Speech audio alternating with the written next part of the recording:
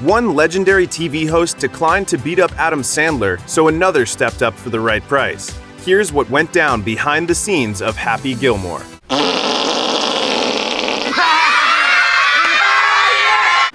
Though Adam Sandler's man-child brand of humor was established with his previous film, Billy Madison, Happy Gilmore keeps the laughs while adding plenty of heart.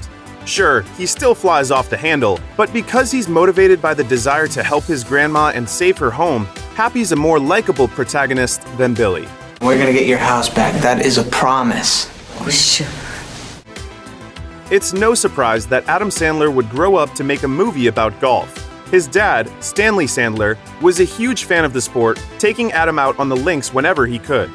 Plus, Adam's love for the classic Bill Murray golf comedy Caddyshack is well known, so a golf-themed comedy was a no-brainer. But it was one specific day with his dad that inspired Happy Gilmore. Out golfing with his father in New Hampshire, teenage Sandler brought along his friend Kyle McDonough, who went on to become a professional hockey player. He was smacking the golf ball further than everybody, and my father would say, "Man, this kid is incredible. He's got those hockey wrists." Just like Happy, that brute hockey strength was enough to dominate the game of golf. McDonough even beat Sandler's dad. In an interview on The Dan Patrick Show, Adam joked that his father might have even liked Kyle better than him. As Happy Gilmore's nemesis, Shooter McGavin, actor Christopher McDonald did such a convincing job that he's still associated with the role to this day. So it might be hard to believe that he originally turned down the part not just once, but twice. In an interview with And So It Begins, McDonald explained his reasons for saying no. He was simply tired and wanted to see more of his family. But then, as he describes it, "I played a round of golf in Seattle, and we won. And that high was something else. So with my golf shoes still on, I went in the locker room, called my agent and said, 'Is that golf movie still available? Because I just won this tournament and I'm feeling a little bit shooterish.'" And then, after a meeting with Adam Sandler where the comedian made him laugh the entire time, McDonald was convinced and Shooter McGavin was his. Before Happy Gilmore, Bob Barker was known as the mild-mannered host of The Price is Right. I bet you got a lot of that on Let's Make a Deal. It's The Price is Right, Happy. Oh yeah, sorry. It happens. Let's play some golf. This made his fistfight with Happy one of the most surprising and hilarious parts of the film. You want a piece of me? I don't want a piece of you. I want the whole thing. The chemistry between Sandler and Barker makes it hard to believe Barker was not the first choice for the cameo. On the Dan Patrick Show, Adam Sandler revealed that when his writing buddy Tim Herlihy was working on the script, Ed McMahon, Johnny Carson's Tonight Show sidekick, was his first choice. And now, ladies and gentlemen, here's Johnny. But when they reached out to McMahon, the answer was no. Sandler's theory? I doubt he got it. I think the script was a little rougher, we cursed a little bit more, and then when Ed said no, we dialed it down a bit for Bob Barker. When Bob Barker was asked to make what would later become the most popular cameo in Happy Gilmore, he had already spent years training with two pros, martial arts expert and actor Chuck Norris and the karate champion Pat Johnson. Let's go. Oh! You like that, old man? The game show host joked that his experience honing his skills over those many years is why he accepted the part. In Adam Sandler's biography, Barker explained, "In 20 years, I never won a fight. Norris and Johnson both beat me up. So, when they offered me this script, I said, I'll do it because I win the fight." Sandler recalled how, early in the morning on the day of filming the showdown, Barker was stretching and getting ready for the fight in the bitter cold, like a boss. But Barker actually had other concerns, like catching pneumonia. As he puts it, "Next time, I'd like to work inside." Now that, at the time of this video's release, Barker has reached the impressive age of 98, he may not be able to appear in a future sequel. But as he's told Sandler, if it does happen, he wants more money, plus a love scene. Luckily for the fans, a hilarious, epic second round of Barker fighting Sandler did go down on Comedy Central's Night of Too Many Stars. In the late 90s, Adam Sandler co-wrote and starred in a string of hits, from The Wedding Singer to Big Daddy to The Waterboy. But that success sprung from a difficult time. In 1995, after 5 years on Saturday Night Live, Sandler was fired. Recently on The Howard Stern Show, Sandler described feeling angry and hurt and recalled commiserating with his friend, comedian Chris Farley, who was also fired. We got mad together, pretended we weren't sad and pretended this was for the best.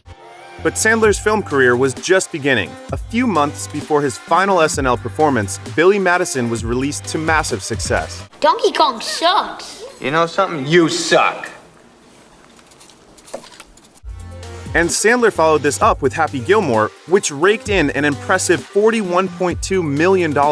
These victories allowed Sandler and his loyal writing partner, Tim Herlihy, to establish their own company in 1999, Happy Madison Productions. Herlihy and Sandler have a long history together, writing together from Saturday Night Live to Happy Gilmore to the more recent Netflix hit Murder Mystery. One of the big reasons the partnership has worked so well for so long is because they respect each other's ideas and always give proper credit.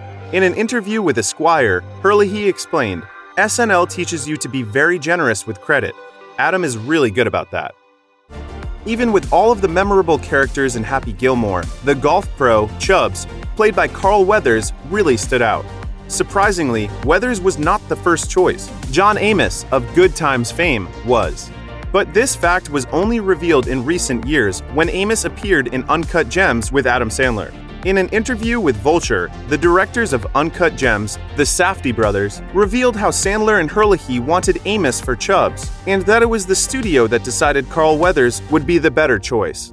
Amos later confirmed this during an interview with Insider, recalling a screen test he did for the part of Chubbs. But he's over it, saying, "It never worked out, but no hard feelings." Amos went on to say he's never seen Happy Gilmore or watched other movies he didn't get to appear in, because to do so might stir up sad feelings over roles he missed out on. This is a very zen attitude that we're pretty sure Kevin Nealon would approve of. Gotta harness in the good energy, block out the bad. Harness, energy, block, bad. Aside from his classic performance as Chubbs in Happy Gilmore, Carl Weathers is also well known for his role as badass Colonel Al Dillon in Predator alongside Arnold Schwarzenegger. In the film, the duo are part of a military team sent into South America but are caught unprepared when they encounter an alien. Spoilers ahead, but Weathers' character Dillon didn't fare too well in his fight with the lethal creature, a battle which resulted in the loss of, you guessed it, his right arm. Fast forward to Happy Gilmore, nearly a decade later, and Weathers' Chubbs also had some terrible luck with a nasty creature. This time it was an alligator, and the animal ended up taking the hand from his right arm, the same one he lost in Predator. Was this a nod to fans of the sci-fi action classic? It sure looks like it. Damned alligator bit my hand off. Oh my God! Bob Barker loved his cameo in Happy Gilmore, but golfer Lee Trevino, not so much.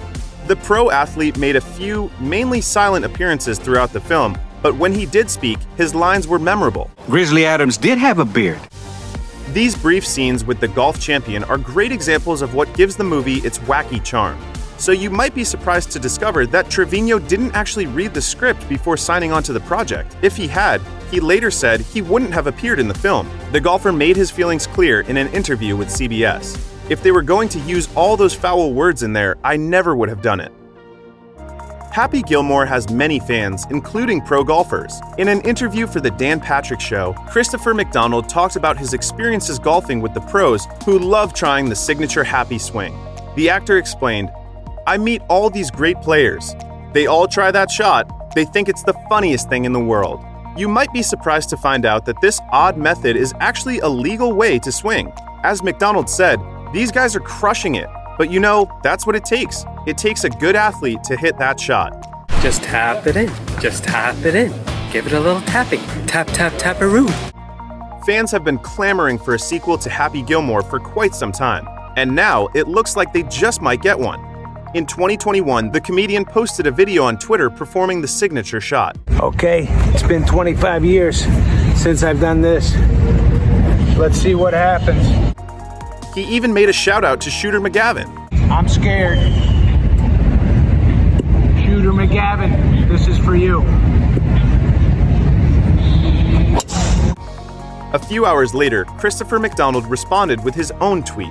Nice drive, Gilmore. 25 years, huh? Let's see if it's Shooter's tour. Shooting a ball into a jar in what appears to be his living room, McDonald adds, "Money. Shooter's still got it." A few days later, in an appearance on The Dan Patrick Show, Sandler said a sequel would be amazing. When pressed if that meant Happy Gilmore 2 was actually happening, the comedian said, "Yes, you can greenlight this." And Christopher McDonald agreed, adding in a later interview, "It would be a complete blast." Sounds like a hole-in-one to us.